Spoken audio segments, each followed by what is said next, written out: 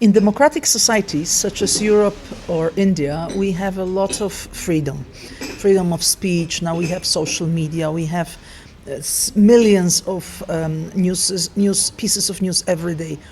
But in the same time, we just spotted that there is less and less knowledge in that and more disinformation.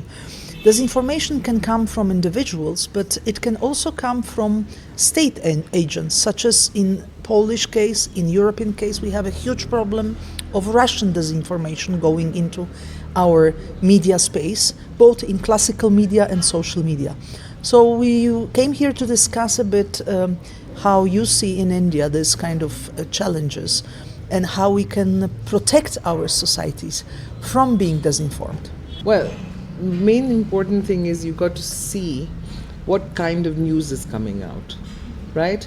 And how to check it. One of the ways to check disinformation, misinformation is go and see how much of that issue has been covered. Because if it hasn't been covered by the others, there's a big question mark on its authenticity. But how do you do it in Europe?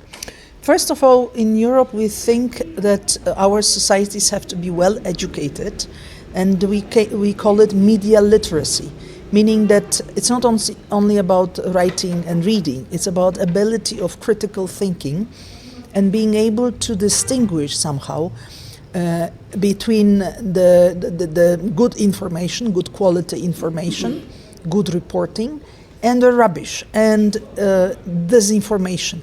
So people have to use their own brains and have to reflect on what they copy further and what they believe in. So critical thinking, common sense, and also in a large scale, we have to be more hesitant in copying fragments of pieces of news from social media and forwarding before we check that this really happened, that this piece of news is true, because otherwise we misinform others. Without wanting that, we misinform because we copy false pieces of information. And as far as classical media, the most important role in democratic societies is to really fulfill the objectives of journalism as a profession, meaning journalism is to help the society to understand better what's going on in the world. Not only to report on events, but also to give the right context to the events. So we very much believe in journalism and in journalists as the profession which is very much needed in 21st century when everybody uses social media, so-called social media, and it's very confused. What is really true, what is false? See, as I mentioned, AI is something so new, which is we are all trying to understand what exactly is AI. But for us journalists, what we have to do is we can use AI to help us gather more information. As said in the seminar, it can help you translate certain versions which you're not able to do otherwise. You're able to even doubly check.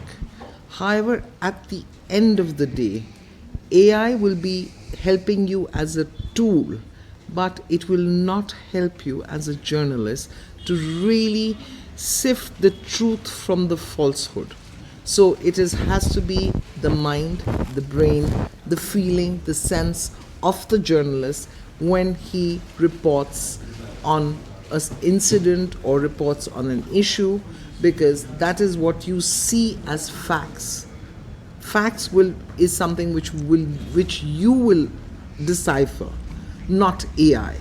And why this particular interactive session and seminar has been basically because there is so much of information now in the society. It's not just the printed word, it's the electronic, it's the digital word. And now we are the largest country which has internet access to billions of people, right? 1.4 billion. Now, how do we decipher between what is good information? Leave it out. Don't even look at it. Whether it's information, whether it's journalism, or whether it's propaganda. What we are seeing in India is a lot of propaganda. Doesn't necessarily have to be from the governments alone. It would be vested interests which are now trying to, well, at some point create problems, create confusion, even have situation of trying to destabilize and counter information which is correct. Well, what is the basic? Is the basic of journalism is facts. The journalist must have his facts. He mustn't just do a quick job, in this competitive world, you want to reach the news first. No, you have to take out time. You have to look at the facts. You have to see whether the information is correct and what more can be added. Because what, as said by my colleague, we have to inform the public. Our job as media is to have a well-informed public which can take good decisions. So the journalist will have to do his work patiently and diligently and honestly. Thank you.